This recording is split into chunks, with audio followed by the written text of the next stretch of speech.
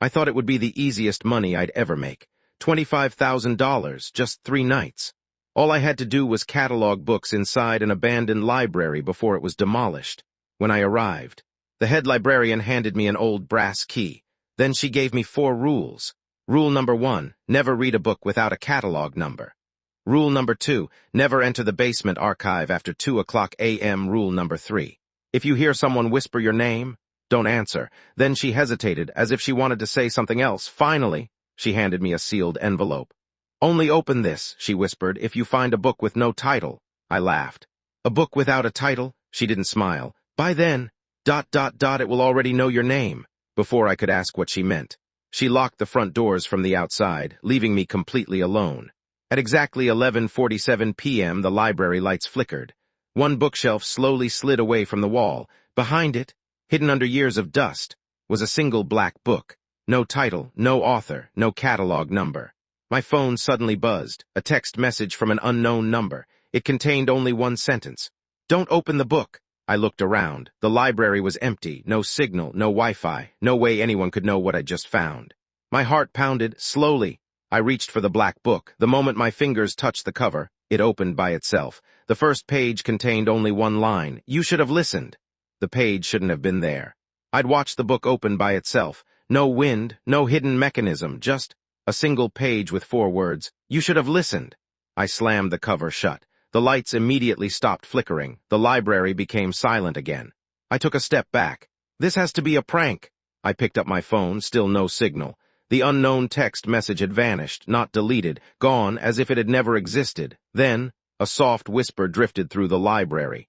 Daniel, my blood froze. No one knew I was there. The whisper came again, closer this time. Daniel. Rule number 3, if you hear someone whisper your name, don't answer. I held my breath. The whisper stopped. Trying to calm myself, I returned to work. Shelf after shelf. I scanned catalog numbers. Everything seemed normal, until I reached section H-13. One book was missing. Only an empty space remained. A small library card was still sticking out from the shelf. I pulled it free. Instead of a title, it contained today's date, today's time, 11:58 p.m. and one sentence. Book checked out by Daniel Harper. I frowned. I had never borrowed anything, especially not tonight. The old grandfather clock struck midnight. Every clock inside the library stopped at exactly 12:00 a.m. at that exact moment. The black book appeared on my work table. I was certain I'd left it on the hidden shelf. Slowly, it opened by itself again. This time, there were more words. 12:01 a.m. Daniel will walk to the east hallway. He will ignore the warning sign. He will unlock door 17. And he will find something that was never meant to be found. I stared at the page. I'm not doing any of that. I shut the book again. I'm staying right here. 1 minute passed, then another. Nothing happened. I smiled. The book was wrong. Suddenly, the fire alarm exploded throughout the library. Red emergency lights began flashing. A mechanical voice echoed through the building.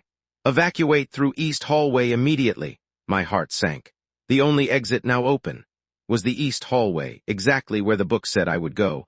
I grabbed my flashlight, trying to prove the book wrong, but every other exit had automatically locked. I had only one choice. As I entered the east hallway, my flashlight illuminated an old wooden door. Faded brass letters read, Door 17. It was already unlocked. Door 17 stood slightly open. A cold draft slipped through the narrow gap. I pushed it open with my flashlight. The room beyond wasn't on the library map. No shelves, no books, only dozens of old wooden desks. Each desk held a single typewriter. Every typewriter was identical. Everyone was typing by itself. Click, click, click. The sound echoed through the room like dozens of invisible people working in silence. I stepped closer to the nearest desk. A fresh sheet of paper was feeding through the typewriter. The words appeared one letter at a time. 12:08 a.m. Daniel enters the writer's room. He believes the machines are controlled remotely. He is wrong. I stared at the page, then unplugged the typewriter. The keys kept moving. The words kept appearing. It didn't need electricity. A loud metallic clang echoed behind me. The door slammed shut. I rushed to it, locked, no handle on the inside. My pulse quickened. I was trapped. One of the typewriters suddenly stopped. A new page rolled into place. Unlike the others, this one already had writing on it. At the top was my full name, Daniel Harper. Beneath it, a list. Books borrowed. There were dozens of titles. The problem was, I'd never heard of any of them. Then I noticed the final entry. The last reader borrowed. Tomorrow, I whispered. Tomorrow hasn't happened yet. The page answered. A new sentence typed itself. It has. You just haven't reached it yet. The lights flickered. Every typewriter in the room stopped at exactly the same time. Silence. Then, all of them began typing one sentence together. Look behind you. I refused. Instead, I closed my eyes. Counted to 5, then slowly turned around. The room was empty. I let out a nervous laugh. The book's trying to scare me. Suddenly, one sheet of paper drifted onto the floor. It hadn't been there before. I picked it up. It wasn't typed. It was handwritten, in my own handwriting. The note read, "If you're reading this, I've already failed. Don't let the librarian burn the black book. She's not trying to destroy it. She's trying to destroy you." Before I could process the message, my phone vibrated for the first time all night. It had signal. A voicemail appeared. From Daniel Harper, length 043. I never left myself a voicemail. My hands trembled as I pressed play. A frightened voice whispered through the speaker. It was mine. "Daniel, if you're hearing this, whatever happens, don't trust the ending." Then the recording cut off at that exact moment. Someone knocked 3 times. From inside the wall behind the bookshelves. Knock, knock, knock. A hidden panel slowly slid open. Behind it, a narrow staircase descended into darkness. Above the entrance, a brass plaque read, "Basement Archive." I checked my watch. It had just turned 1:59 a.m. 1 minute before the librarian's second rule would take effect. My watch read 1:59 a.m. 1 minute. That was all I had before rule number 2 took effect.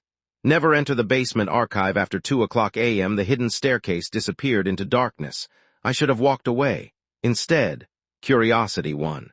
I switched on my flashlight and started down. Halfway down the stairs, every light in the library went out. My watch beeped. 2 o'clock a.m. The basement door slammed shut above me. The sound echoed through the stairwell. There was no turning back. At the bottom, I found the oldest part of the library. Stone walls, iron shelves, thousands of leather-bound books covered in dust. None of them had titles. None had catalog numbers. Every single one violated rule number 1. In the center of the room stood a wooden reading desk. An oil lamp was already burning. Beside it lay an open ledger. Across the top of the page were 2 words, "New reader" below that. Today's date, then my full name, Daniel Harper. There was only one blank line left. It was waiting for my signature. A calm voice echoed through the archive. "You finally came." I spun around. The head librarian stood between the shelves. She wasn't surprised to see me, almost relieved. "I told you not to find the black book." "You knew it existed?" I asked. She nodded. "I've been trying to keep it hidden for 30 years. "Then why not destroy it?" Her expression turned grim. "Because it can't be destroyed. It always comes back." She slowly walked toward the reading desk. "The black book doesn't predict the future. It recruits readers." I frowned. "What does that mean?" She looked directly into my eyes.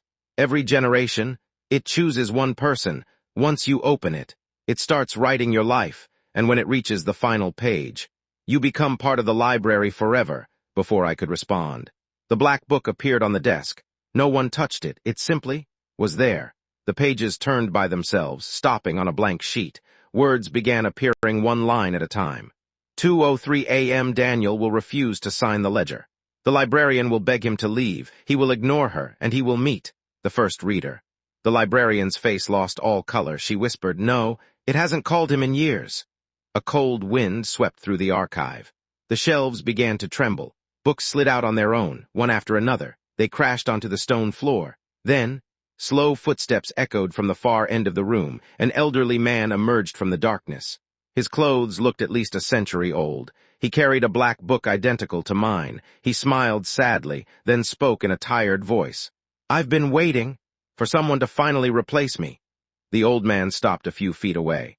His black book looked older than mine. The leather cover was cracked. The pages had turned yellow with age, yet it was still writing by itself.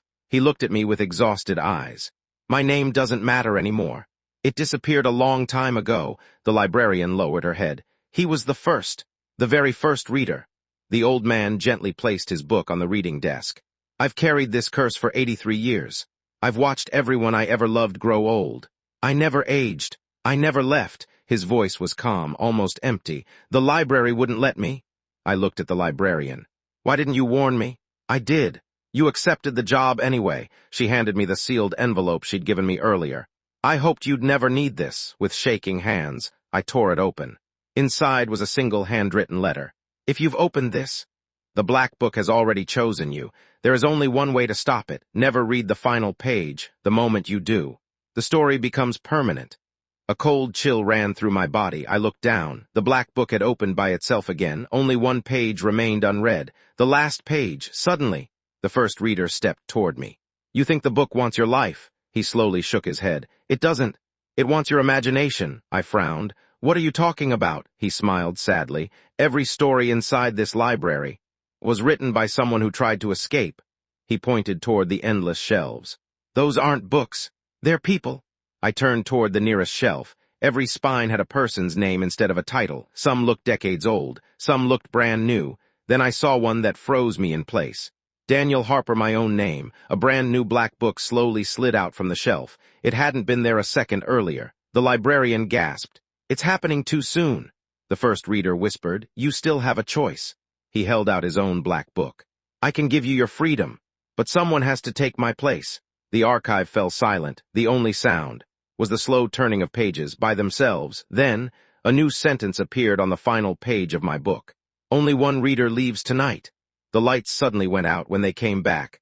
The first reader had vanished. So had the librarian. I was completely alone, except for the sound of someone quietly reading aloud. The voice wasn't behind me. It wasn't in front of me. It was coming from inside the black book itself.